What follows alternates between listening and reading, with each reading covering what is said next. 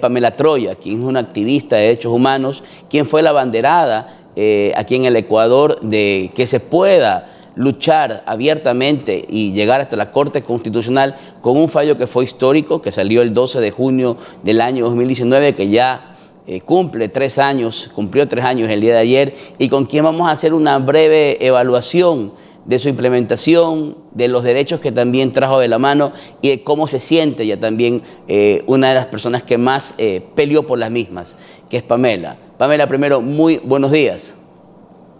Fernando, buenos días, confirmando a ver si me escuchan bien la recepción. ¿Se escucha perfecto, Pamela. Queríamos saber tu opinión. Fernando. Han pasado 3 años de esta sentencia. Me acuerdo tanto tu cara de felicidad, cómo se celebró, porque realmente existía mucha tensión en el ambiente, un fallo muy dividido, 5 votos contra 4, algo que realmente hasta el día de hoy se lo estudia en las clases y en las cátedras de Derecho. ¿Cómo se siente? ¿Hubo un antes y un después para la comunidad LGBTIQ+, o fue un día más? ¿Cómo tú lo percibes luego de 3 años? Bueno, muchísimas gracias, Fernando, y al noticiero por permitirme estar acá. A todas las personas que nos están escuchando también, un gran saludo, un buen inicio de semana.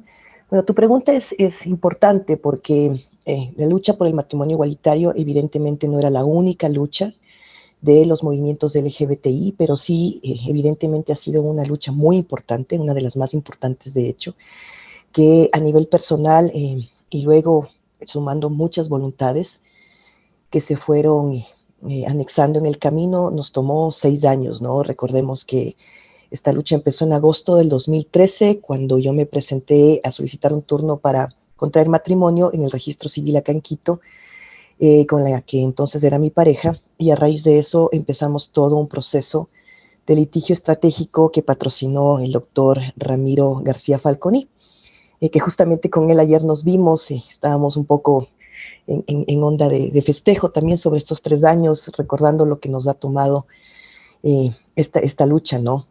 Y claro que es importante, ha sido importante porque primero esta lucha y el logro de esta conquista ha evidenciado que no se acabó la sociedad, que todos estos argumentos que lamentablemente no eran argumentos sino desinformación que daban los grupos que estaban en contra de que 2 personas del mismo sexo puedan contraer finalmente un contrato civil, que puedan acceder a un derecho y que puedan sobre todo poder generar sus vidas como a bien tuviesen hacerlo, no generó nada malo en la sociedad. Recordemos que la desinformación que había en ese entonces de algunos grupos conservadores era que la familia se iba a acabar, que la sociedad se iba a acabar, que el mundo se iba a acabar, y nada de esto ha sido cierto. Las parejas heterosexuales se siguen casando, se siguen divorciando, la sociedad sigue, son los malos gobiernos los que están acabando con nuestro país, no el hecho del matrimonio igualitario, y en ese sentido la sociedad ha seguido. Lo que sí ha habido es un avance evidentemente en términos de derechos. Ecuador a partir de esa fecha evidentemente es un país un poco más justo y un poco más igualitario en términos de acceso a los derechos, sobre todo para las poblaciones LGBTI, que evidentemente hay más luchas que todavía quedan pendientes, pero sí ha sido un gran avance esto. Ojo, ¿no? Ha sido un avance de la sociedad civil, ha sido una lucha personal también, y una visión muy interesante y muy oportuna que tuvo en ese entonces la Corte Constitucional, que como bien lo notaste, Fernando, fue justamente hace 3 años, el 12 de junio del 2019, se logró con 5 votos de los 9, a través de 2 fallos, es decir, de 2 sentencias, tanto la una de Ramiro Ávila Santamaría, que ya no es juez, y de ahora el actual presidente de la Corte Constitucional, Ali Lozada Prado, que tenía en sus manos la segunda causa, el segundo fallo, que finalmente se aprobó en la misma fecha. Una pregunta también sobre el hecho, porque estamos haciendo por este mes tan importante para la comunidad un estudio, un análisis sobre los efectos, cómo fue la sentencia tomada también en el Ecuador. hay un aspecto de la misma que quisiera contigo compartir y saber tu criterio. Se esperaba que al día siguiente de que la sentencia ya entre en vigor iba a haber pues un pelotón, grupos o bastantes personas de la comunidad que iban a ir a contraer matrimonio. Sin embargo, no ha sido así, no fue así. El matrimonio igualitario que se encuentra tiene 3 años ya aprobado en el Ecuador, no ha sido tan explotado o tal vez tan usado como una herramienta por la comunidad LGBTIQ+, es decir, no ha sido utilizado tal vez como una herramienta de unión entre parejas. ¿Por qué tú crees que pasa esto? ¿Por falta de información, tabúes, o porque tal vez no hay confianza en la institución propia del matrimonio?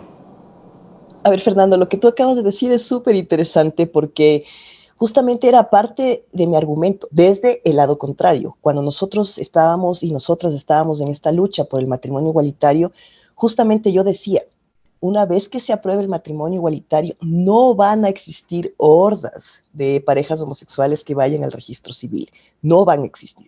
Yo dejaba justamente ese punto súper claro porque había este imaginario de que había un montón de gente dispuesta a salir corriendo a casarse en ese momento, y no es así. Y no es así porque, por un lado, la institución, el matrimonio como tal, es una institución que ha venido desgastándose a lo largo del tiempo.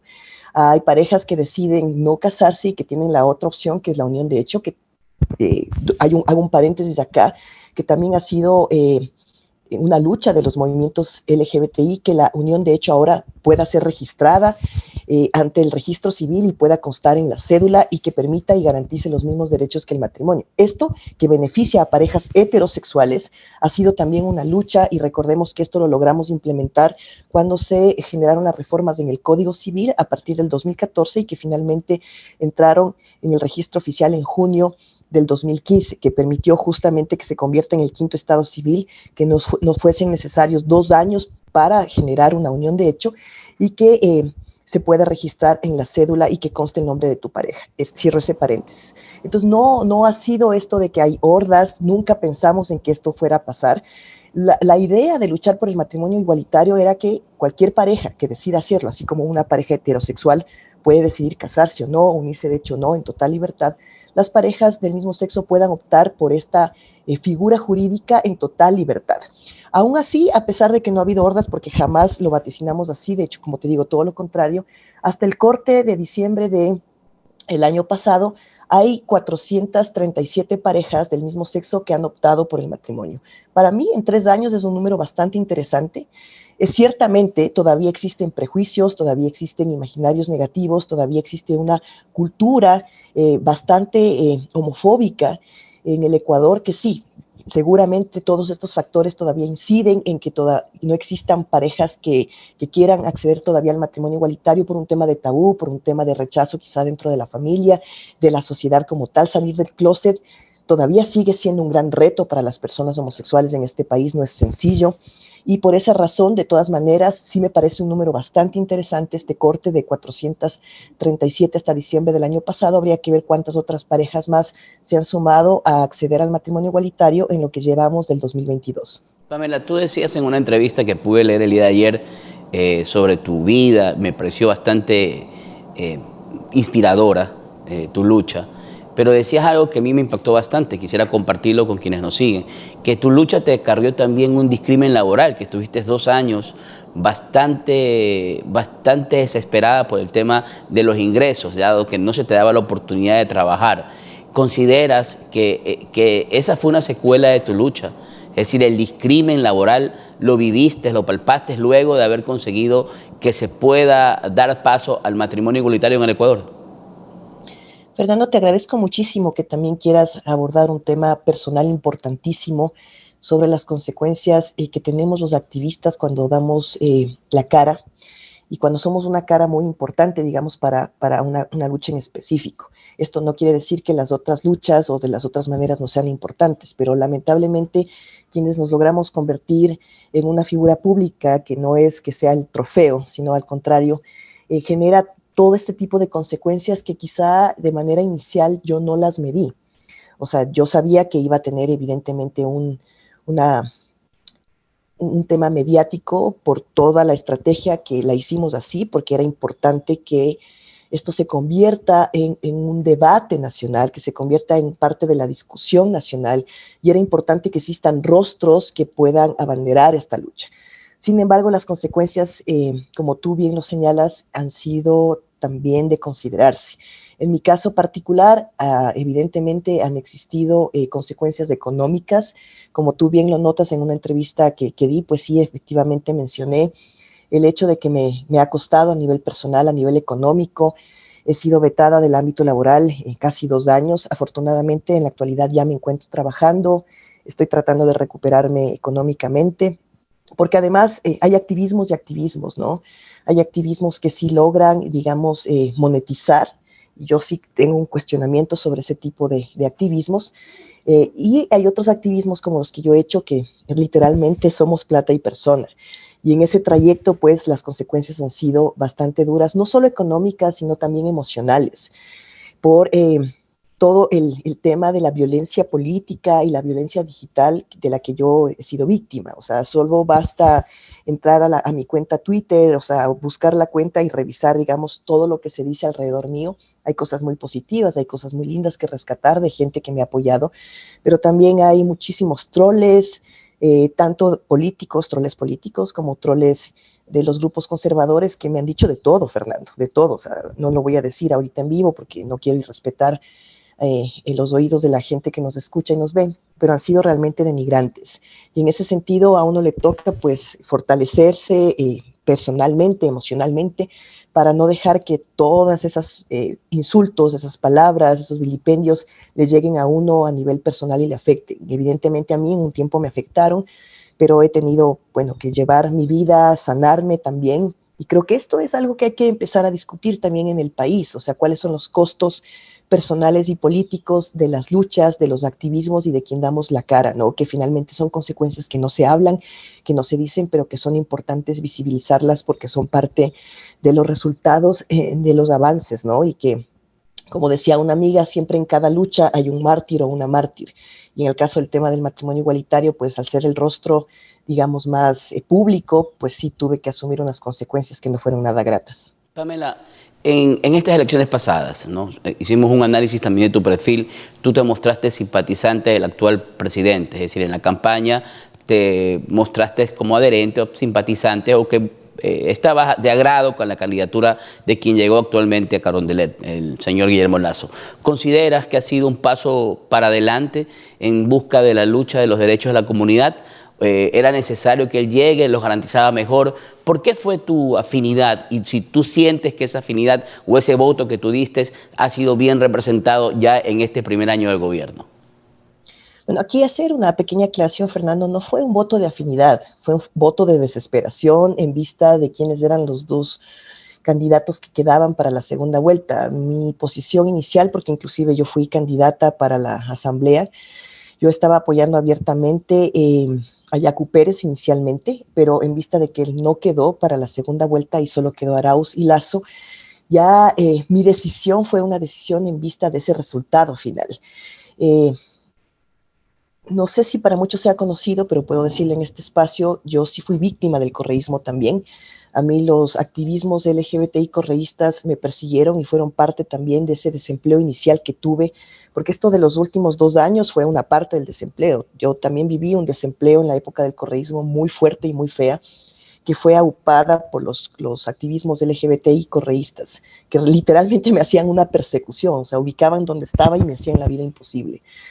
Y bueno, es conocido además todas las posiciones que hemos tenido los distintos activismos de derechos humanos con respecto al régimen correísta, ¿no? Y lo que significó para el tema de derechos en una cuestión de retroceso, de persecución y demás. Todo lo contrario a lo que decían profesar y a la posición progresista que supuestamente tenían, que no, nunca fue así. De hecho, Correa era uno de los principales opositores del matrimonio igualitario. Recordemos que inclusive me dedicó algunas sabatinas diciendo que nadie quería casarse, que había ahí una lesbiana que le odiaba y que lo único que quería era casarse y que él no entendía esas cosas y demás.